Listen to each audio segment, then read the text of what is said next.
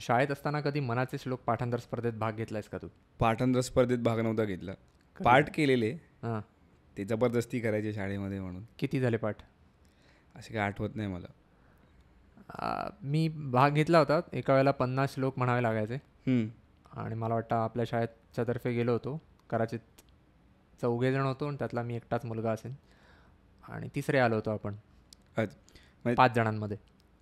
पाच पाच जणांमध्ये तू तिसरा आला. मी म्हणजे शाळा आपली शाळा. हां. ते काय असं सगळ्यांना एकत्र बोलायला लागायचे का, की एक एक इंडिव्हिज्युअल माणूस नाही जाऊन नाही नाही बोल? चौघांनी उभं राहायचं आणि पाठ म्हणून दाखवायचं असं हो. होतं. सामूहिक अच्छा. गान छाप होतं अच्छा. कदाचित. मला ते नेमकं तितकं नाही आठवत. पण म्हणजे तुम्ही पहिले 3 क्रमांक काढले, एक चौथा हां. उत्तेजनार्थ आणि 5व्याला काय नाही. अच्छा. मी विचार करते एकट्या शाळेला किती वाईट वाटलं असेल. हां. पण असं होतं तेव्हा. पार्टिसिपेशन ट्रॉफी प्रकार नव्हता तेव्हा. हां. उत्तेजनार्थ थोडंफार असायचं. अच्छा. आज आपण 50 नाही, 205 तर नाहीच एवढ्यात, पण 5 मनाच्या पहिले श्लोकांवर 5. बोलायचा प्रयत्न करणार आहोत. पहिल्या चालेल. 5. तर सुरू करूया. चालेल. पहिलं आपण सुरुवातीपासून घेऊया. मुळात आपण मनाचे श्लोक का करायला घेतोय ते सांगूया. तिथून सुरुवात करू. म्हणजे त्यांचा अभ्यास का करायला घेतोय. बरोबर. आता आपण गेल्या पॉडकास्टमध्ये आपण चर्चा केली, बरोबर, की स्वतःला सुधारायला हवं. या नोटवरती आपण तो संपवलेला, की जितका प्रयत्न होईल तितकं स्वतःला सुधारायचा प्रयत्न करायचा वेगवेगळ्या गोष्टींमधून. आणि मग आपण म्हणजे विचार केला की अरे, जर शाळेमध्येच मनाचे श्लोक शिकत होतो तर का शिकत होतो? तेव्हा तर काही सांगत नव्हते की का करावे. ते फक्त घोकमपट्टी, पाठांतर करा. तर मला तर आवडले नाहीत कधी मनाचे श्लोक. असं तेव्हा मला आवडलं नाही. मला हे काय फालतूगिरी, टाईम वेस्ट. अच्छा. हां, त्यापेक्षा मी काय कार्टून बिटून बघेन. तेव्हा ॲटिट्यूड तोच असतो ना आपला सहसा लहानपणी. आणि मग आता जर सुरुवात करायचीच आहे सुधारायला, तर मग मनाचे श्लोक का नाही? कारण तू मनाला एक गोष्ट चांगल्या जर विचार देतोयस, बिंबवतोयस, तर मग विचार केला की बघूया काय लिहिलं आहे. म्हणजे अर्थ जे काही चांगलं आहे त्याच्यामधलं. जसं आपण गेल्या वेळी चर्चा केली की प्रत्येक गोष्टीमधून काही ना काही चांगलं घेऊन आपण स्वतःला सुधारायचा प्रयत्न करूया. तर मग ह्यातून का नाही? आणि ते सोपे पण आहेत. हो. त्यातल्या त्यात समजायला. हां, मराठीत आहेत. म्हणजे आता आपण कुठे संस्कृत किंवा काय वाचायला गेलो, इंग्लिशमध्ये खूप काय काय आहेत, पुस्तकं आहेत, सेल्फ हेल्प बुक्स आहेत. पण मग आपण आपल्या गोष्टीपासून सुरुवात करूया पहिले. हां, असं नाही की त्या गोष्टी सोडून द्यायच्या आहेत, त्याही आहेतच. पण आपण आपल्या गोष्टीपासून सुरुवात करूया म्हणून विचार केला की मनाचे श्लोक घेऊया पहिले. त्यांचा संदर्भ आहेच आपल्याकडे, कारण आपण वेगवेगळी पुस्तकं, पाश्चिमात्य पुस्तकं आधीच वाचून झालेली आहेत. ॲटॉमिक हॅबिट्स तू वाचलेलं आहेस, किंवा चेकलिस्ट मॅनिफेस्टो मी वाचलं आहे, किंवा आणखीन काही पुस्तकं वाचलेत. तर पाश्चिमात्य पुस्तकं वाचतच असतो, ती चांगलीच असतात, त्याबद्दल काही वाद नाही. पण त्यांचा संदर्भ सगळा अमेरिकन किंवा युरोपीय असतो. आणि त्यामुळे कधीकधी आपल्याला वाचताना ते अंतर जाणवतं. ते अंतर कमी करण्यासाठी आणि शक्य तितकं आपण जे वाचतोय ते आपल्याला स्वतःला लाभावं किंवा आपल्या मनात रुजावं, या दृष्टीने जेवढं आपलं स्वतःचं असेल. आणि ते एक अभिमानाची सुद्धा गोष्ट असते की अरे, सगळं पाश्चिमात्यच का, आपलं काही आहे की नाही. आणि अर्थात आहे, पण मागच्या वेळेला आपण म्हणालो होतो तसं की दरवेळेला असं डोक्यात येतं की जे काय आहे ते सगळं अकराळ विक्राळ, प्रचंड जगद्व्याळ, विश्वामागचं तत्त्वज्ञान, विश्वाच्या निर्मितीमागचं तत्त्वज्ञान वगैरे या सगळ्यावर चर्चा असते. स्वतः व्यक्तीपुरती चर्चा, बाबा मला माझ्या रोजच्या आयुष्यात उपयोगी पडेल अशा गोष्टी कोणत्या आहेत, किंवा अशा गोष्टींचा मला फायदा होईल असं साहित्य कुठे आहे. असतं, आपण वाचलेलं नसतं. कारण तू म्हणालास तसं की सुरुवातीला आपला आविर्भाव असा असतो की काय याला काय अर्थ आहे, आणि आत्ताच्या काळात या सगळ्याचा काय उपयोग, भक्ती वगैरे कुठे करत बसा वगैरे, वेळ आहे का, असं वगैरे आपला आविर्भाव असतो. बरोबर. पण जसजशी अक्कल येत जाते, वय वाढत जातं, तसं लक्षात येतं की कदाचित आपल्याला जो आधी माज होता तो न कमावलेला होता. आपल्याला खरं तर अक्कल नव्हती. आणि यांनी जे केलेलं होतं की ठीक आहे, तुम्ही भक्ती मार्गानं जा, किंवा आणखीन जे काय वेगळी साहित्य असतील त्याच्यात जे मांडलेले असतील तर्क, की त्यामागे खरं तर काहीतरी लिहिणाऱ्या रचनाकारांना काहीतरी आपल्यापेक्षा खूप जास्त अक्कल होती, आणि म्हणून त्याने ते केलं. हां, म्हणजे आता तू माज म्हणालास की आपण थोडा हे दाखवतो की काय कशाला वाचायचं विचार, किंवा आपण रिजेक्ट करतो एखादी गोष्ट, तर ती करायच्या आधी मला वाटतं की जसं तू म्हणालास की जसं वय वाढत जातं आपली थोडी मॅच्युरिटी येत जाते, आपल्याला कळत जातं आपण शहाणे की नाही. आपण तर आता एखादी गोष्ट जर नाकारायची तर आधी ती वाचायला तर हवी, की एखाद्या गोष्टीला तू मध्ये काय फालतू आहे तर ते आधी वाचायला तर हवं, बघायला तर बघायला तर की काय लिहिले. तू न वाचताच न समजताच जर त्याला बोलतोस की हे बेकार आहे तर त्याला काय अर्थ नाही. दुसरं असंही आहे की बऱ्याचदा आपण शब्दशः अर्थ घ्यायला जातो आणि म्हणतो या गोष्टींवर माझा विश्वास नाही, पण त्यामागे अभिप्रेत काय असतं, रीडिंग बिटवीन द लाईन्स म्हणतात. नेमका त्यामागचा आशय समजून घ्या. बरोबर. तो समजून घ्यायला काही अनुभव यावे लागतात, 4 ठिकाणी जाऊन मार खावा लागतो की अच्छा मला वाटतं तेवढा मी शहाणा नाही आहे. बरोबर.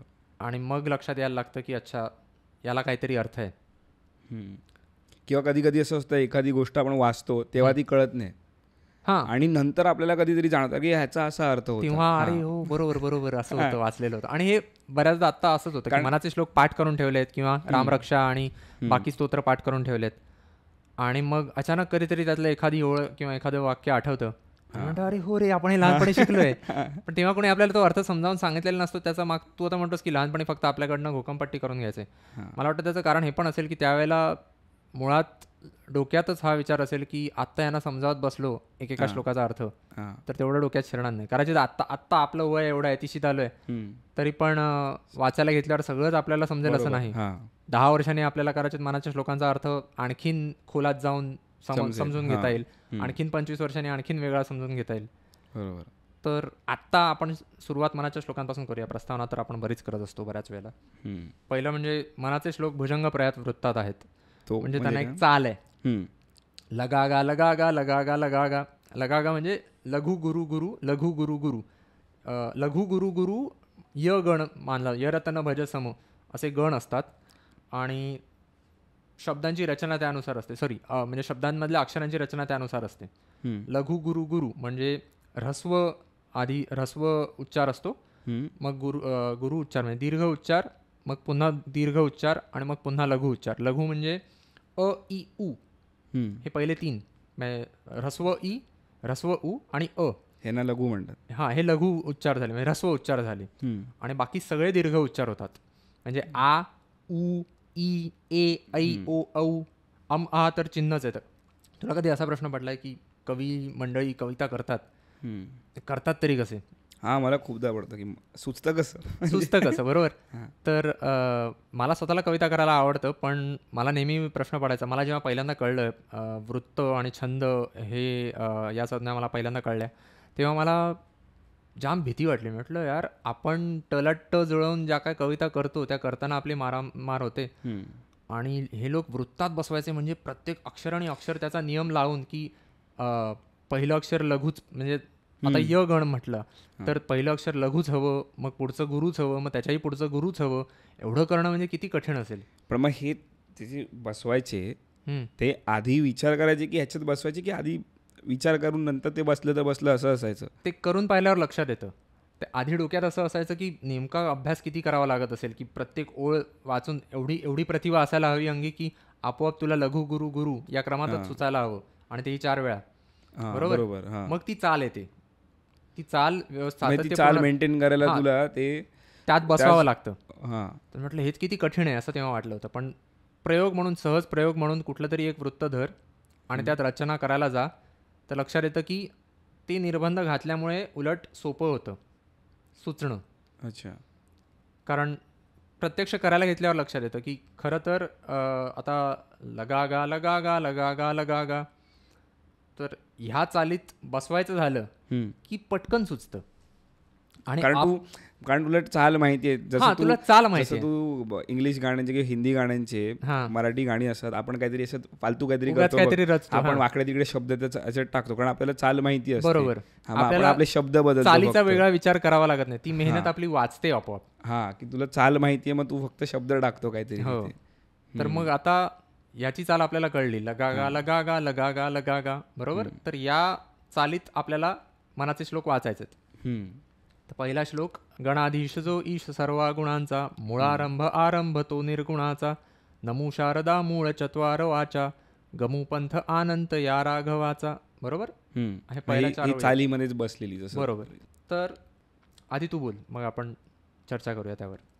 म्हणजे मला वाटतं की आपण कोणत्या पण पूजा वगैरे करतो बघ, आरती किंवा काही, तर कोणत्याही चांगल्या गोष्टीला सुरुवात गणपतीनेच करतात. बरोबर. तर तेच कदाचित कारण असेल की मनाची श्लोकाची सुरुवात पण गणपतीच्या नावाने केली. तुला या एकूण श्लोकाचा काय अर्थ लागला ते मला सांग, मग मी माझं एकूण श्लोकाचं मला वाटतं काय, बघ पहिले तर गणपतीला वंदन केलंय, विघ्नहर्ता आहे. कोणत्याही पूजेच्या आधी आपण त्यालाच वंदन करतो. म्हणजे त्याचेच आरती सगळ्यात पहिली गणपतीचीच गातात, भले कोणताही देवाचं म्हणजे सण वगैरे असेल आपलं. दुसरं तर शारदेला वंदन केलं की शारदा जी विद्येची देवता मानली जाते, सरस्वती. आणि पुढे काय नंतर या राघवाचा की रामाचा. हा, तर आता पुरुषोत्तम बोलतात रामाला, बरोबर, की बेस्ट रोल मॉडेल. जर तुला बनायचं तर कोणासारखं बन. म्हणजे आता किती रिलेव्हंट आहे ते आपण डिस्कस करू थोड्या वेळाने. बरोबर. पण म्हणजे त्यांनी रामाला समोर ठेवलं आणि ते रामदास स्वामी रामाचेच भक्त होते. तर त्यांनी हे सांगितलं की आपण रामाचा जो मार्ग आहे तो फॉलो करू. बरोबर. आणि तुला ते वाचून मनात वेगळा स्वतःपुरता काय विचार येतो? माहीत नाही अजूनपर्यंत तो अजून तरी मला माहिती नाही. कुठलेही या साहित्य रचना आहेत त्याला इष्टदेवतेला वंदन करून, म्हणजे आता ऋग्वेदातली पहिली ओळ आहे त्याच्यात यज्ञाचा देव असतो म्हणतात, बरोबर. मग ज्याला प्रसन्न करायचे त्याला साकडं घालण्यासाठी आपण यज्ञ करतो. मग तशी आपली इष्टदेवता आहे, तर ती पहिली गणपती आहे. गणपती तू म्हणालास तसं विघ्नहर्ता आहे, पण त्याने इथे गणाधीश शब्द वापरलाय, तर त्यातनं तो गणांचा अधीश आहे, म्हणजे तो सेनापती. हा, म्हणजे नेतृत्व गणांचा तो नेता आहे. तर तो पहिली आपली अपेक्षा थोडक्यात सुरुवात या दृष्टीने करायची आहे की बाबा आपण गणपतीला वंदन करून करतोय, म्हणजे माझ्यात नेतृत्व गुण यावेत. हा एक झाला त्यातनं मला अर्थबोध. तो तसाच असेल असं नाही, पण तसा अर्थबोध झाला. आणि तो ईश सर्वा गुणांचा, मुळारंभ आरंभ तो निर्गुणाचा. मग इथे तो सगुणांचाही सुद्धा ईश आहे. गुण म्हणजे कोणते म्हणतात? सत्व रज तम. सत्व रज तम हे 3 गुण म्हणतात. या 3 गुणांचा समतोल प्रत्येक माणसामध्ये असतो किंवा प्रत्येक जीवात असतो. म्हणजे सात्विक जे बोलतात ते सत्व रज तम या 3 याच्यात हे गुण चांगले वाईट नाही आहेत, पण त्यांचा समतोल राखणं महत्वाचं असतं. कुठलाही जास्त झाला, या 3 गुणांमधला कोणताही एक गुण जास्त झाला तर मग तो समतोल बिघडतो आणि मग माणूस बिघडतो आणि माणसाचं आयुष्यही बिघडायला लागतं. अच्छा. सत्व म्हणजे तुला जे योग्य आहे, बरोबर आहे. सत्वगुण तुला जे योग्य, आपण बोलताना सात्विक बोलतो तसं सात्विक शब्द जो आहे तो सत्वावरून आला. हा, बरोबर. सात्विक शब्द सत्वावरून आलेला आहे. पण जे योग्य आहे ते तुला करायचं असेल तर त्यासाठी तुझा सत्वगुण उपयोगी पडतो. कारण तुला एकतर सत्य जाणून घ्यायचं आहे आणि सत्याची कास धरून तुला वागायचं आहे. आणि कुठल्याही परिस्थितीतून तुला सत्य जाणून घेणं किंवा सत्य बाहेर आणणं, वास्तवात जगणं आणि जे बरोबर आहे त्या रीतीने जगणं हे बरोबर आहे. मग त्यासाठी तुला सत्वगुण महत्त्वाचा असतो.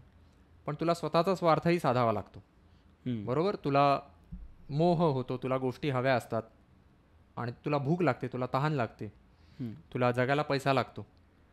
मग त्यासाठी रजगुण असावा लागतो. रजगुण आणि त्याला अंत नसतो, त्यामुळे तो आटोक्यात ठेवावा लागतो. आणि तमोगुण असतो. आपल्याला तू ऐकलं असेल की जास्त खाऊ नको, कांदा जास्त खाऊ नको किंवा मांसाहार जास्त करू नको, त्याने तामसी गुण वाढतात वगैरे असं काय काय म्हणतात. पण तमोगुणाचा त्याची गंमत अशी आहे की त्याच्यामुळे आपल्याला, आता आपण त्याला इन्स्टंट ग्रॅटिफिकेशन म्हणायला लागलो आहे की सतत आपल्याला डोपामिन हिट हवं असतं, बरोबर. सतत आपल्याला उपभोग घ्यायचा असतो, आनंदी राहायचं असतं. आणि त्यासाठी सतत कशा ना कशाचं तरी आपल्याला, आपण इंग्लिशमध्ये इंडल्जन्स म्हणतो, सतत आपल्याला त्याचा काहीतरी त्यातून मजा घ्यायची असते. तर तो गुण जेवढा तुझा वाढत राहील, म्हणजे एक वेळ चल तुझ्याकडे सत्वगुण आहे, सत्व आहे जे चांगलं ते करायचं.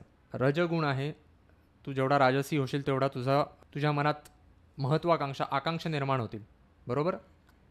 एका मर्यादेपर्यंत ते व्हायला हवं.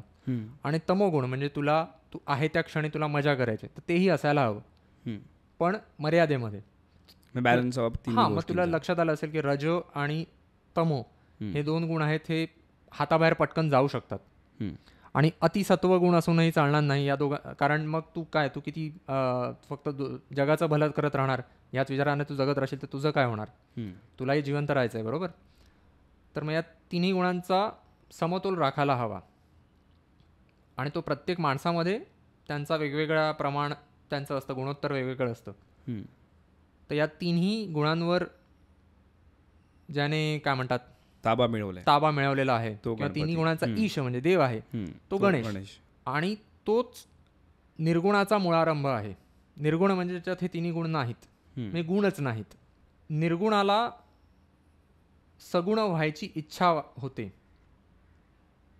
जगाची उत्पत्ती, आता हे थोडं जगात वेळ झालं, पण जगाची उत्पत्ती कशी झाली याच्याविषयी आपल्यात जी चर्चा होते ती अशी होते की ब्रह्म म्हणाला मी एकटा आहे, एकोहम बहुश्याम प्रायेय असं तो म्हणतो एका छांदोग्य उपनिषदात, की मी एक आहे, मी अनेक होईन. अच्छा. याचा अर्थ मी राहणार एकच, पण अनेक माझी रूपं होतील तयार आणि मी विभागला जाईन. खरं तर विभागणी म्हणणं बरोबर नाही, पण मी अनेक रूपांमध्ये प्रकट होईन अशी इच्छा ब्रह्माला झाली. सो थोडक्यात निर्गुणाला सगुणात यायची इच्छा झाली. ओके. व्यक्त व्हायची इच्छा झाली.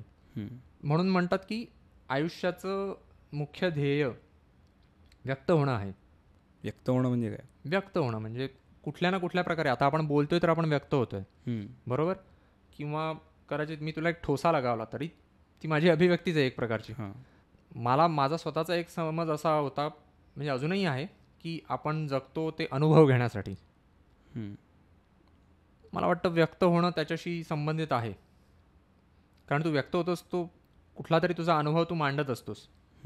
तुझ्या अनुभवाला तू दिलेली प्रतिक्रिया असते व्यक्त होणं म्हणजे, आणि ती तुझी जगावर उमटलेली छाप असते. तर जगावर छाप, कारण तू व्यक्त होतोस म्हणजे तू काहीतरी जगात बदल घडवून आणतोस ना त्यामुळे. आणि व्यक्त होतो म्हणजे दरवेळेला बोलतोच असं नाही, काय ते बोलणं एक झालं, इतर क्रिया नाही इतर क्रिया पण असतात ना. तू नुसतं तू खातोय जगतोयस तर त्यातनं तू कुठला तरी निरोप जगाला धाडतोयस की बाबा मला जगायचं आहे म्हणून मी हे करतोय. तू खाणं सोडून दिलंस तर तू म्हणतोस काय मला मी सोडूनच दिलंस तर. अशा प्रकारे व्यक्त होण्यासाठी आपण जगत असतो. मला व्यक्त व्हायचं आहे अशी निर्गुणाला इच्छा झाली आणि म्हणून तो गुणांमध्ये आला. तर मुळारंभ आरंभ तो निर्गुणाचा, म्हणजे निर्गुणाला सगुणात येण्यासाठी जो आरंभ ठरतो तो सुद्धा गणपतीचा आहे, असं त्याचं रामदासांनी कौतुक केलेलं आहे. पुढे त्याच्यानंतर आपण सरस्वतीला वंदन करतो. नमो शारदा मूळ चत्वार वाचा, म्हणजे 4 वाण्यांचं 4 वाचांचं जे मूळ आहे त्याबद्दल वाचलंस तू? हां. कोणत्या त्या वाणी आहेत? वैखरी, परा, म्हणजे उतरत्या क्रमाने जाऊया. अच्छा. परा, परा, पश्यंती, मध्यमा आणि वैखरी, बरोबर.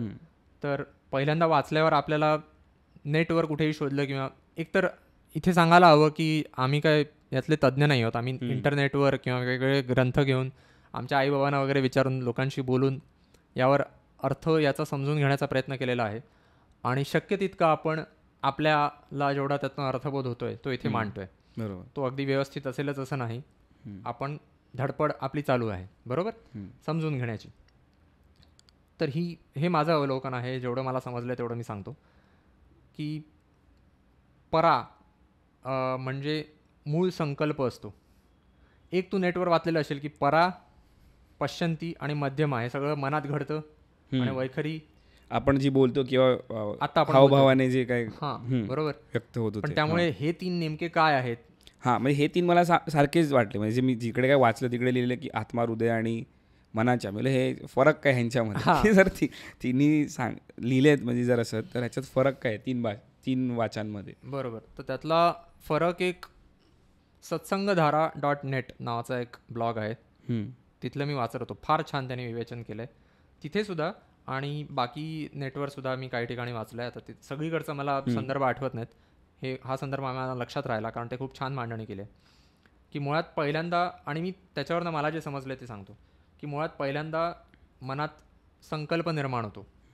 तो संकल्प कुठून निर्माण होतो आपल्याला माहिती नाही, कारण आपण एखाद्या गोष्टीला प्रतिक्रिया देतो. म्हणजे कसला एक उदाहरण, संकल्प कसला? तू आता माझ्याशी बोलतोयस, तू आता संकल्प, तू प्रश्न विचारलास, त्या प्रश्नाचं उत्तर कुठेतरी माझ्या मनात आधी उमटलं, ते अशा रूपात उमटलं, त्याचा उगम कुठे आहे मला माहिती नाही, मेंदूत कुठेतरी आहे काहीतरी, काहीतरी वायरिंग मध्ये काहीतरी स्पार्क उडाला, ठिणगी उडाली आणि तो विचार ढकलला त्याने. बरोबर, विचार म्हणजे काहीतरी त्यांनी एक कल्पना ढकलली पुढे, पण अजून त्याला आकार नाही मिळालेला, तो शब्दबद्ध झालेला नाहीये, तो अगदी त्याच्या पहिल्या टप्प्यात आहे. बरोबर, पण त्याचा उगम कुठे आहे हे मला माहिती नाही. सिद्धावस्थेत असणाऱ्या माणसांना ते कळतं. असं सांगतात आपल्याला की ती सिद्धी असावी लागते की तो उगम कुठून आहे हे समजण्यासाठी. म्हणजे त्याच्यावरही नियंत्रण मिळवायचं, कारण त्याच्यावर आपलं काहीच नियंत्रण नाही ना. तू समजा मला एखादी शिवी घातलीस आणि त्याचा मला राग आला, बरोबर, तर तो राग येण्याच्याही आधीची भावना काहीतरी मनात एक प्रतिक्रिया उमटायला हवी. बरोबर, तर ती माझ्या समजेनुसार, माझ्या आकलनानुसार ती पराअवस्था आहे की पहिल्यांदा आपली वाणी जी निर्माण होते, तो संकल्प तयार होतो. इन्सेप्शन सिनेमा पाहिला असेल ना. इन्सेप्शन सिनेमात काय, त्यांना एक कल्पना डोक्यात घुसवायची असते, पण तो उदाहरण काय देतो की मी जर तुला सांगितलं की हत्तीचा विचार करू नकोस, तर तू कोणाचा विचार करतोयस? तू हत्तीचाच विचार करतोयस. पण तरी तू हे सांगू शकतोस की हत्ती तुझ्या डोक्यात आला कुठून, तू माझ्याकडे बोट दाखवू शकतोस. बरोबर, तर परा ही अवस्था अशी आहे ज्याच्यात तुझ्या मनात येतं कुठून हे तुला माहिती नाही. भले मी तुला हत्ती सांगितलं, पण तो येणार नाही विचार हत्ती. असं हत्ती म्हटल्यानंतर तुझ्या डोक्यात चित्र उभं राहिलं हत्तीचं, किंवा तुझे दुसरे काय जे अनुभव असतील हत्तीचे ते तुझ्या मनात आले. विचार किंवा कल्पना अशा 100 एकदम अचानक येत असतील, त्यातल्या नेमका कोणावर भर द्यायचा हे तू पुढच्या टप्प्यांमध्ये ठरवशील. पण पहिल्यांदा तुझ्या मनात काही चित्र उमटतील, ते सगळं त्याचा उगम कुठून येतो ते आपल्याला माहिती नाही. तर मला वाटतं ती पराअवस्था असते की संकल्प निर्मिती होते तुझ्या मनात कुठेतरी, त्यानंतर त्याच्या बाहेरचं आवरण म्हण किंवा बाहेर पुढचा टप्पा म्हण, तर एक तुझ्या मनात भावना निर्माण होते. आता मी मगाशी म्हटलं, तू समजा मला शिवी दिलीस, तर ते माझ्या डोक्यात त्याची नोंदणी झाली, रजिस्टर झालं. आता मला राग यायचा की तुझ्याकडे दुर्लक्ष करायचं, तुला हसून सोडून द्यायचं, काय याला काय कळत नाही, जाऊ दे, शिव्या घालतोय मला. ती भावना मनात आधी निर्माण होते. तो भाव उत्कट स्वरूपाचा असू शकतो किंवा अगदी साध्या स्वरूपाचा असू शकतो, त्याची तीव्रता जी असेल ती, पण आधी ती भावना निर्माण होते. ती भावना आपल्याला दिसते आणि त्यामुळे त्याला पश्यंती म्हणतात. पश्यंती म्हणजे दृश्यपश्य, तुला धातू आठवतोय संस्कृत भाषेत आपल्याला शाळेत होता, एवढं कधी लक्ष नाही. चौथ्या गणाचा धातू आहे तो दृश्यपश्य, म्हणजे पाहणे. आणि त्याचं पश्यंती हे तृतीयवचनी तृतीय पुरुषी बहुवचन रूप आहे परस्मै पदाचं. ते असो, पश्यंती म्हणजे पाहणे, पाहतात त्याचा अर्थ. तर मग आपल्याला तो भाव, ती भावना दिसते, जी काही असेल ती. बरोबर, म्हणजे एक संकल्प तुझ्या मनात आला पराअवस्थेत, त्याच्या पुढच्या अवस्थेत त्यातून तुला तुझ्या मनात भाव निर्माण झाला. बरोबर, अजून तो शब्दबद्ध झालेला नाही. तुला ती जाणवते की तू जसं तुझी काय राग आला तर राग तुला जाणवतो, मला याचा राग आला, पहिली जाणीव असते, जाणीव. ते तुझ्या अवलोकनाच्या मर्यादेत येतं. म्हणजे ही, कारण परामध्ये तुला माहित नाही की तुला माहिती नाही. बरोबर, ते संकल्प, त्याचा उगम तुला माहिती नाही, ते फक्त त्याची उत्पत्ती झाली आहे. आणि हे सगळं आपल्याला आता आपण पटापट बोलतोय, ते काही क्षणांच्याही काय म्हणतात अपूर्णांक क्षणांमध्ये होत असेल ते. तर भावना मनात निर्माण झाली, ती तुला पहिल्यांदा दिसली म्हणून पश्यंती म्हणतात. आता ऋषी वगैरे सुद्धा असतात, ऋषी मुनी, त्यांना दिसतं, त्यांना द्रष्टे म्हणतात. म्हणजे गायत्री मंत्र विश्वामित्रांनी सांगितला, तो त्यांना दिसला असं म्हणतात. म्हणजे सुचला म्हणत नाही. म्हणजे स्वतः श्रेय नाही घेत मला, कारण माझ्या मनात ते उत्पन्न कुठून झालं हे सांगता येत नाही ना. आता मी कविता रचली समजा, तर मला ती कविता दिसली त्या पश्यंती अवस्थेमध्ये, असा त्याचा अर्थ होतो. बरोबर, कारण तो भाव पहिल्यांदा आपल्याला दिसतो की अच्छा, हा निर्माण झालेला भाव आहे. आणि मग आपण तो शब्दबद्ध करायला शब्दबद्ध करतो वैखरीमध्ये, पण आधी त्यावर विचार करावा लागतो. आता समजा भाव निर्माण झाला, तर तो भाव आहे तसा मांडायचा की तो थोडा अतिशयोक्त करून मांडायचा. म्हणजे तुला एक वाक्य जर सुचलं तर ते आर्टिक्युलेट करायला लागतं. बरोबर, तर ते आर्टिक्युलेट करणं म्हणजे तुझं आधी तुला त्यावर विचार करतोस तू त्याच्यावरती, की याला शिवी देऊ नको, की काय बोलू, म्हणजे उत्तर म्हणून मी काय देऊ. बरोबर, पण तो विचार करणं तुझ्या हातात आहे. बरोबर, आता आपला एक मित्र आहे, आपण त्याला बऱ्याचदा म्हणतो, अरे फिल्टर ठेवत जा. बरोबर. थोडा विचार करून बोलत जा. मनात आला शब्द की लगेच उच्चारू नकोस किंवा काय म्हणू नकोस मांडतोयस ते. कारण मग तू थोडं तरी तुझ्या मनात जो काय भाव आलाय किंवा जी काही प्रतिक्रिया उमटली त्यावर थोडा विचार कर, थोडं गाळ आणि काय म्हणायला हवं याकडे लक्ष दे. कारण आता आपण दोघं बोलतोय आणि इथे रेकॉर्ड सुद्धा करतोय, बरोबर. तर आपण एकमेकांशी बोलतोय आणि लोकांनी ऐकावं हे सुद्धा आपल्याला वाटतंय. तर आपल्या मनात येणारे बरेच विचार आपण आपोआप त्याचा सारांश घेतोय, गाळतोय की नेमका कोणता शब्द वापरायला हवा. तर आपण ते अख्खं वाक्य रचतो मनात आधी, बरोबर. तर ते न करता थेट जो भाव उत्पन्न झालाय तो अगदी जसं आपण मांडायला गेलो तर गडबड होईल सगळी, बरोबर. मग तो मधला भाव ते माध्यम आहे आपलं. विचार आपण स्वतः, कारण त्यावर आपण पूर्ण नियंत्रण घेतो. तो जो भाव उत्पन्न झालेला आपल्याला दिसतो त्याला व्यक्त कसं करायचं हे आपण ठरवतो. समजा तू मला शिवी घातलीस आणि मला राग आलेला असेल किंवा मला आवडलं नाही, मला हे दिसलं की मला हे आवडलं नाही, बरोबर. मला जाणीव झाली की अरे इच्छा हे मला आवडलं नाही. पण आवडलं नाही म्हणून त्यावर व्यक्त कसं व्हायचं हे मी ठरवेन ना. मी ठरवेन की अरे मी याच्याकडे दुर्लक्ष करू की मी आणखीन रागावू, बरोबर, आणि भडकू. तर त्या भावनेला तिला दाबून टाकायचं किंवा ती बदलायची की तिला आणखीन वाढवायचं आणि तिला मोठं करायचं. वाईटच असेल असं नाही. आता उदाहरणापुरतं आपण स्तुती केली, तुला आनंद झाला, स्तुती केली, आनंद झाला तर लगेच खुश झालो असं करायचं की काय करायचं, काही असू शकतं. तर त्यानुसार किंवा आपण वाचतोय काहीतरी, आता हे मनाचे श्लोक वाचतोय तर त्यातनं आपल्याला काय अर्थबोध होतो आणि त्यातनं डोक्यात काय येतं की अरे मला आधी माहितीच नव्हतं. तर तो जे काय ती भावना असेल त्या भावनेवर आपण विचार करतो आणि ती शब्दबद्ध करतो आणि शब्दबद्ध केल्यानंतर ती म्हणजे शब्दबद्ध करतो मनातल्या मनात आणि मग ती मांडतो मोठ्याने. मग ती वैखरी झाली, ती आपली अभिव्यक्ती होते जे आपण नॉर्मल आपण जे बोलतो ते वैखरी. मग या अशा 4 वाचा आहेत की संकल्प होतो मनात, मग भावना उत्पन्न होते, ती दिसते आपल्याला आणि म्हणून तिला पश्यंती म्हणायचं. पश्यंती झाली, मग आपण त्याच्यावर विचार करतो मध्यमा अवस्थेत आणि मग वैखरीत आपण व्यक्त होतो, उच्चार आपण व्यवस्थित करतो. मग म्हणून ते कदाचित मी जे वाचलं ना त्याच्यात लिहिलं की वैखरी जिभेने जी बोलतो ती भाषा झाली, जी आपण बोलतो. आणि त्यांनी सांगितलं की मध्यमा ही मनाची भाषा आहे. म्हणजे जसं तू म्हणालास की मनावरती आपण ताबा मिळवू शकतो, की आपल्यावरती असतं की काय करायचं, रिॲक्ट कसं व्हायचं समोरच्याला, जर जे काय करतोय ते स्तुती करतोय, काय शिव्या घालतोय, काय करतोय. पण तुला ठोसा लगावला करायची ती पण वैखरी झाली. कदाचित पश्यंतीमध्ये त्यांनी सांगितलं की हृदयाची भाषा, जसं तू म्हणालास की भावना असते आणि ती आपल्याला जाणवते पण त्याच्यावरती तेवढं नियंत्रण नसतं, ती आपण फक्त पाहतो. तो व्हिडिओ प्ले होतो, आपल्याला ते जाणवतं की असं हे आपण रागवलंय किंवा काय, बरोबर. आणि त्याच्यावर तर बिलकुलच नियंत्रण काहीच माहिती आपलं नाहीये. आपलं कधी बाबा लोक वगैरे जे हिमालयात बसले असतात त्यांचं, पण त्यांनी सांगितलं की ती आत्म्याची भाषा आहे. पण नमो शारदा मूळ चत्वार वाचा, की या 4 वाचांचं ती मूळ आहे. अच्छा, म्हणून तिला नमन करू. आधी मला वाटलेलं की 4 वाचा म्हणजे कोणतरी भाषा वगैरे आहेत की काय. मला 4च भाषा कशा, जगात तर एवढ्या सगळ्या भाषा आहेत. अच्छा नाही, मग या अवस्था आहेत ज्या अवस्थांमधून आपण जातो व्यक्त होण्यासाठी. पहिलं आपण म्हटलं की ब्रह्माला व्यक्त व्हायचंय, तर आधी आपण गणपतीला नमन केलं कारण आपल्याला निर्गुणातून सगुणात यायचं आहे. त्याचाही एक अर्थ मी लावलेला असा की निर्गुणातून सगुणात यायचं आहे, याचा अर्थ असा की आपण आता नुसते बसून आहोत आणि आपल्याला स्वतःला सुधारायचं आहे. आपण निष्क्रिय आहोत, आपण काही करत नाही आहोत. आपली अभिव्यक्ती म्हणजे काय असणार की आपण काहीतरी चांगलं केलं, जगात मूल्य निर्मिती केली, बरोबर. आपला काहीतरी फायदा आहे जगाला, तो दिला झाला तर जगाला जर झाला तरच आपला काहीतरी अर्थ आहे. तो आपला निर्गुणातून सगुणात यायचा प्रवास होऊ शकतो. आपण म्हणजे तसा आपण अर्थ लावू शकतो. आपण लावावा. ब्रह्माला तसं वाटलं की माझ्या असण्याचा काहीतरी फायदा व्हावा जगाला. जगत नव्हतं, त्याने जग निर्माण केलं ना. काहीतरी फायदा व्हावा. मी एवढा सर्व शक्तिशाली आहे तर मला व्यक्त व्हायचंय, मला स्वस्थ बसून राहायचं नाहीये, मला निर्गुणात राहायचं नाहीये, मला काहीतरी करायचंय. ही त्याची हौस होती, त्याला ते करायचं होतं. आणि आपण त्याचंच रूप आहोत असं म्हणतात. म्हणजे आत्मन आणि ब्रह्मन हे जे संकल्प आहे, असं म्हणतात की आपण त्याच्यावर तुटले होत ना. म्हणजे तुटलो नाही आहोत, आपण जोडलेलो आहोत अजूनही.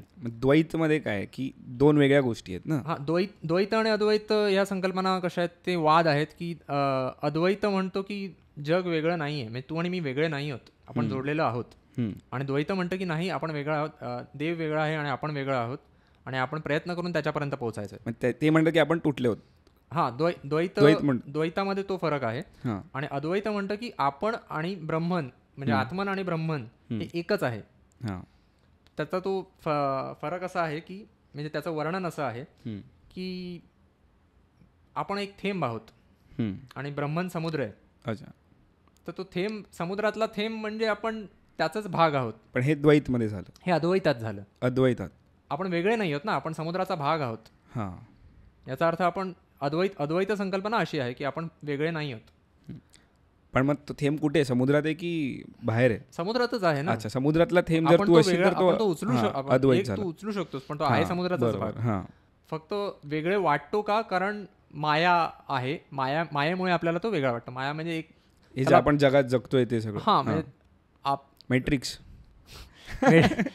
तो भास नाहीये. एका अर्थी त्याचा भास म्हणून आपण एक फार उथळ पातळीवर वर्णन करू शकतो कदाचित, पण तो प्रत्यक्षात भास नाहीये. ते फक्त ब्रह्मनाची व्यक्त होण्याची ती तऱ्हा आहे. मी पण एक व्यक्त रूप आहे ब्रह्मनाचं, आणि तू सुद्धा ब्रह्माचं एक मी व्यक्त. ब्रह्म म्हणजे ब्रह्मदेवाचंच असेल असं नाही, ब्रह्मन हा वेगळा मोठा अर्थ झाला. आणि तू सुद्धा एक व्यक्त रूप आहेस. म्हणून तू मगाशी म्हणत आणि आपल्याला आपण एकमेकांपेक्षा वेगळे वाटतो, ते ज्या कारणामुळे वेगळे वाटतो ती माया आहे. अच्छा, हे तो फार आपला उपनिषदातला विचार झाला. आपल्याला वाचावं लागेल ते, त्यावर जास्त वाचावं लागेल. हे पण मी आतापर्यंत मला जे समजलंय तेवढ्यावर बोलतोय. तर पहिलं हे झालं की आपल्याला स्वतःमध्ये अशी सुधारणा घडवून आणायची की आपण चांगले नेतृत्व करू शकू, थोडक्यात चांगलं उदाहरण देऊ शकू जगापुढे. म्हणजे गणपतीला जर तू रोड मॉडेल इष्टदेवता मानतोय आपण, तर पहिला शब्दच गणाधीश आहे, तर तो अर्थ होतो. दुसरं गणाधीश जो ईश सर्व गुणांचा. मग आपल्याला आपल्यातले जे गुण आहेत सत्व रज तम, त्यावर आपल्याला ताबा मिळायचा. म्हणजे ताबा मिळेल की नाही माहिती नाही, पण त्याच्यात समतोल साधायचा आहे. प्रयत्न तर तो आहे आपला. निर्गुणातून सगुणात यायचं आहे, म्हणजे आपण आळस जो काय आपला आहे तो झटकून टाकायचा आणि आपला जास्तीत जास्त उपयोग जगाला होईल या दृष्टीने आपल्याला प्रयत्न करायचा आहे. त्यानंतर आपण सरस्वतीला वंदन करतो. तर मुळात हा सगळा आपला पॉडकास्टचा प्रयत्न आहे तो याच अर्थाने आहे. मागच्या पॉडकास्टमध्ये आपण म्हटलं तसं की आपल्याला व्यक्त व्हायला शिकायचं आहे. बरोबर, शब्दबद्ध आपल्याला नीट करता यायला हवेत आपले विचार. आणि त्यानंतर सगळ्यात शेवटी गमुपंथ आनंत या राघवाचा. म्हणजे गणपतीला नमन करून, सरस्वतीला वंदन करून आपण रामाच्या वाटेवर निघालोय. तर रामाचं उदाहरण का? कारण तू जर रामाचा विचार केलास तर त्याच्या वाटेला भोग चिकार आले. तो खरं तर राजपद त्याचं होतं, तो राजा व्हायला हवा, पण त्याला सोडून जावं लागलं, राजपदाचा त्याग करावा लागला. सोडून जावं लागलं म्हणजे ते त्याने ऐकलं, पण भोग तर आले त्याच्या वाट्याला. बरोबर. तो पहिला भोग हा आला की त्याला राजपद सोडून द्यावं लागलं, कारण वडिलांनीच सांगितलं, लाडक्या वडिलांनी सांगितलं तू नाही जायचंच. म्हणजे ते असेल सावत्रआईच्या वागणुकीमुळे, तिच्या ईर्षेमुळे, पण सोडून द्यावं लागलं, राजपदाचा त्याग करावा लागला. 14 वर्ष वनवासावर जावं लागलं नव्या बायकोला घेऊन. वडिलांच्या शेवटच्या क्षणी तो त्यांच्याबरोबर नव्हता. त्यानंतर बायकोलाही दुसऱ्यांना पळवून नेलं, मग तिच्यासाठी जाऊन युद्ध करावं लागलं. एवढ्या सगळ्या अवस्थेतून तो गेला, तरी पण तो पुरुषोत्तमच राहिला. त्याचा धीर ढळला नाही, त्याने स्वतःच्या मर्यादा सोडल्या नाहीत, नैतिकतेला धरूनच राहिला.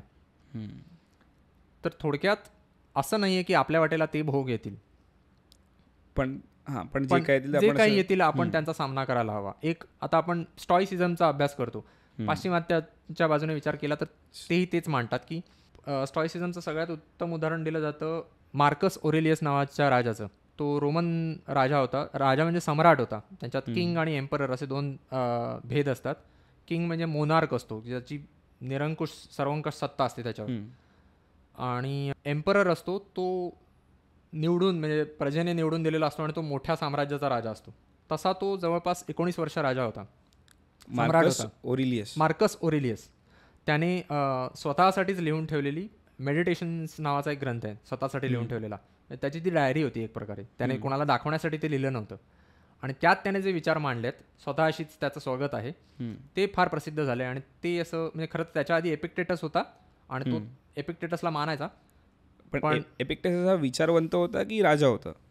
पूर्वीचे फिलॉसॉफर हा जो प्रकार होता तर आता आपण बोलून काय चांगलं काय वाईट याच्यावर चर्चा करतो. आणि आताचे तत्वज्ञ फिलॉसॉफर हे बोलण्यावर भर देतात. आत्ता तू फिलॉसॉफर हा जर मनात विचार केलास तर तुला कॉलेजमधला एखादा प्राध्यापक आठवतो, मनात येतो, तसं चित्र निर्माण होतं. किंवा एखादा पुस्तक लिहिणारा विचारवंत म्हणतो म्हणजे डोक्यात हाच विचार येतो की काय बरोबर काय वाईट याच्यावर फक्त विचार करत बसतात आणि मांडतात जगासमोर, बरोबर. पण पूर्वी विचारवंत म्हणजे ही अशी माणसं असायची जे राजे असायचे किंवा आणखीन काय काय असायचे. अच्छा. अशा भूमिका बजावायचे ज्याच्यात त्यांना प्रत्यक्षात त्यांचे विचार आचरणात आणून दाखवावे लागायचे. म्हणजे हे तिकडे ग्रीक पाश्चिमात्याचं झालं उदाहरण. आपल्याकडे पण ते आता राम राजा होता, आपण रामाचं उदाहरण घेतो. पण रामाला विचारवंत नाही म्हणत ना, जसं आपले ते ऋषींना विचारवंत मानतो आपण. ऋषी सुद्धा असे नुसते काय म्हणतात तपश्चर्या करत बसलेत आणि त्यांना दुसरं काही येत नाही असा नव्हता प्रकार. तू जंगलामध्ये मठ स्थापन करतोयस, तुला मारामारी सगळ्या प्रकारच्या संकटांना तुला तोंड द्यावं लागेल.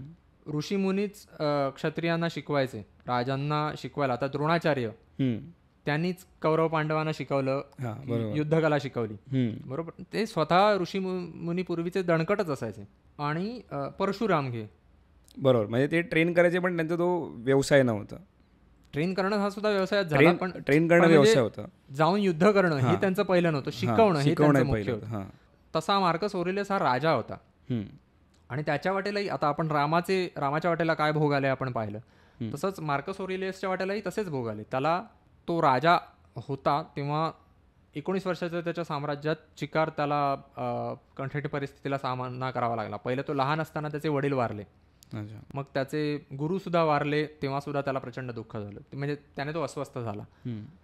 त्याचं त्याच्या बायकोवर प्रचंड प्रेम होतं, ती सुद्धा त्याच्या आधी वारली. त्याला 13 मुलं होती, त्यातली 8 मुलं मेली तो जिवंत असतानाच. 8 मुलांचा मृत्यू त्याला पाहावा लागला. कदाचित बायको पण म्हणूनच लवकर वारली असेल, कारण जेवढ्या जास्त गर्भधारणा होतील तेवढ्या बरोबर स्त्रीचं म्हणजे तिचं आयुर्मान कमी होतं असं. तेव्हा तर आता सारखं काय सुविधा वगैरे नव्हत्या, बरोबर. ती एक शक्यता आहे. पण त्याला स्वतःची बायको आवडायची आणि ती गेल्यावर सुद्धा तो जास्त व्यथित झाला. म्हणजे 8 मुलं मेली, वडील लहानपणी गेले, बायको सुद्धा आपल्या आधी गेली. तो राजा असताना प्लेगची साथ आली आणि 1-2 कोटी माणसं मेली. अरे बापरे. त्याला युद्धात जवळजवळ 12 वर्ष तो युद्धावरच होता. अच्छा. तो वारला तेव्हा सुद्धा तो कुठेतरी मूळ त्याच्या साम्राज्यापासून, राजधानीपासून लांब कुठेतरी युद्धभूमीवरच वारला. तिकडे उत्तरेकडे त्याच्या साम्राज्याच्या, रोमन साम्राज्याच्या उत्तरेकडे तिकडे बंडाळी चालू असायची, तर तिकडे त्याला सतत जावं लागायचं, तिकडेच तो असायचा. तो 4 गुड एम्परर्स असा म्हणजे त्यांचा इतिहास आहे, त्याच्यापैकी एक तो मानला जातो, मार्कस ऑरेलियस. तर तो सुद्धा तेच मांडतो की माझ्या वाटेला हे सगळं आलंय, पण तसं असून सुद्धा मी व्यवस्थित वागायला हवं. माझ्या वाटेला काही झालं तरी मी व्यवस्थित त्याला प्रतिक्रिया द्यायला हवी, हे तो सांगत राहतो. तू एक तो ट्रेंड पाहिला आहेस का कधी, ज्याच्यात स्त्रिया स्वतःच्या बॉयफ्रेंड्सना किंवा स्वतःच्या नवऱ्यांना विचारतात की महिन्यातून किती वेळा तू रोमन साम्राज्याचा विचार करतोस? म्हणजे तो पाश्चिमात्य देशांमधला ट्रेंड होता. आधी टिकटॉकवर फेमस झाला, मग तो यूट्यूबवर झाला.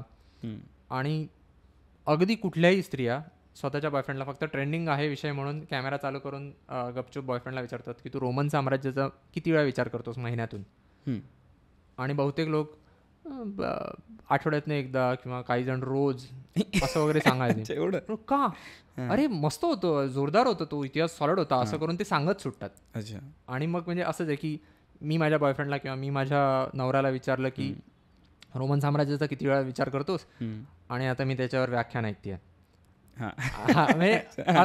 बहुतेकांचं तसंच होतं. तर आपल्याकडे अर्थात त्याचा कहाण्या वेगळ्या असतील, कथा वेगळ्या असतील. महाराष्ट्रापुरतं बोलायचं झालं तर शिवाजी महाराजांचा इतिहास, तू शिवाजी महाराजांचा किती वेळा विचार करतोस असं कोणालाही विचारलं आपल्याकडे तर उत्तर कसं मिळणारच नाही तुला, की मी असं कोण मोजत नाही की मी किती वेळा विचार मोजत, तसं नाही, पण विचार महिन्यातनं किती वेळा विचार करतो म्हणजे मी 10-12 वेळा करत असेल किंवा दिवसातनं एकदा कदाचित करत असेल, आठवड्यातनं एकदा कदाचित करत असेल.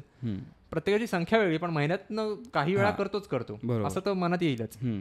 तसंच पूर्ण भारतभरासाठी विचार केला तर रामायणाचा आणि महाभारताचा तू किती वेळा विचार करतोस, तर तेही हो म्हणणारे भरपूर असतील की हो मी बऱ्याचदा विचार करतो.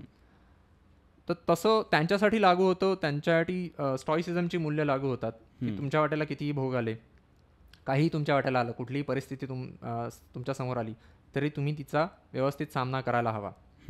तसा आपल्याकडे रामाचा आदर्श आहे की त्याच्या वाटेला एवढे सगळे भोग आले पण तो मर्यादा पुरुषोत्तम राहिला शेवटपर्यंत. तसंच आपणही आपल्या वाटेला आता इतके वाईट भोग येऊ नयेत, अजून तर आलेले नाहीच आहेत, पुढेही येऊ नयेत, पण ज्या काही समस्या आपल्या समोर येतील त्यांचा आपण व्यवस्थित सामना करायला शिकायला हवं. त्या बाबतीत एक सूत्र मी ठरवलेलं आहे आणि ते नेहमीच पाळता येत असं नाही, पण असं की आपल्यासमोरचे जे प्रॉब्लेम म्हणतो आपण, जी समस्या, जी अडचण आपल्यासमोर उभी राहते तिला अडचण म्हणायचं नाही, ते फक्त जास्तीचं काम आहे. मग एक तसं म्हणतात की ती आपल्याला काहीतरी आपण एकदा शिकतोय काहीतरी आपण त्याच्यामध्ये सक्सेसफुल होतो, हे एक ॲटिट्यूड असतो ना की एखादी गोष्ट मला काहीतरी शिकवून जाते. हां, तो एक आविर्भाव झाला. पण समस्येच्या बाबतीत कसं होतं की तू म्हटलंस की अरे ही माझ्यासमोर अडचण उभी राहिली आहे, तर अडचण म्हटलं की आपलं अडकायला होतं की अरे आता माझा वेळ गेला, अरे आणि काहीतरी मध्येच बाधा आली.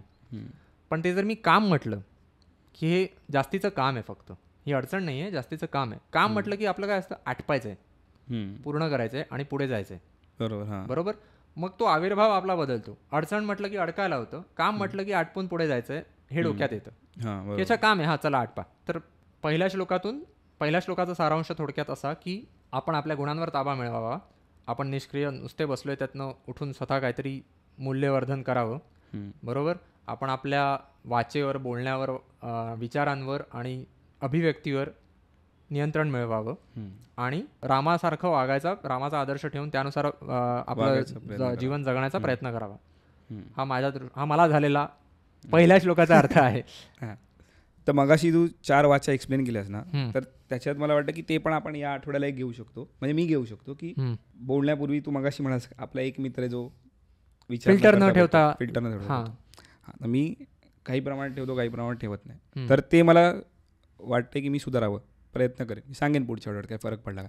बाईक चालवताना मुख्यतः मला हा प्रॉब्लेम होतो. गाडी चालवताना, रस्त्यावर असताना तो नेहमीच लोचा आहे, शिव्या सुचतात असते म्हणा. पण जेवढा शांत राहशील तेवढं चांगलं ना. जर रामाचा आदर्श ठेवतोय पहिल्या श्लोकात आपण की रामाच्या वाटेवर चालूया, तर स्वतःला की जग काय करतं, चल घुसला, जा बाबा, हा बाबा तुला जायचंय, तू घाई कर. तर हा प्रयत्न मला वाटतं एक मला करायला लागेल. तू कदाचित माझं काम करू नये त्यामुळे तेवढा वेळ माझ्यावर येत नाही, पण क्वचित कधीतरी गाडी चालवतो तेव्हा माझंही डोकं फिरतं. हां, मग एक गाडी चालवण्यापासून एक गोष्ट घेतली, हळूहळू भले घरात कोण आरडाओरडा झाला, भांडण झालं, तर कंट्रोल ठेवायचं. बरोबर. हे मला वाटतं की ह्या श्लोकात, कारण आपल्याला व्यक्त होण्यासाठी 4 अवस्था आहेत, तर आपल्याकडे भरपूर टप्पे आहेत, वेळ आहे. हां, म्हणजे आपल्याला वाटतं की आपल्याकडे वेळ नाही, आपण पटकन रिॲक्ट होतो, घाई नाही, आपण विचार करून बोलावं. हां, विचार करून बोलत नाही.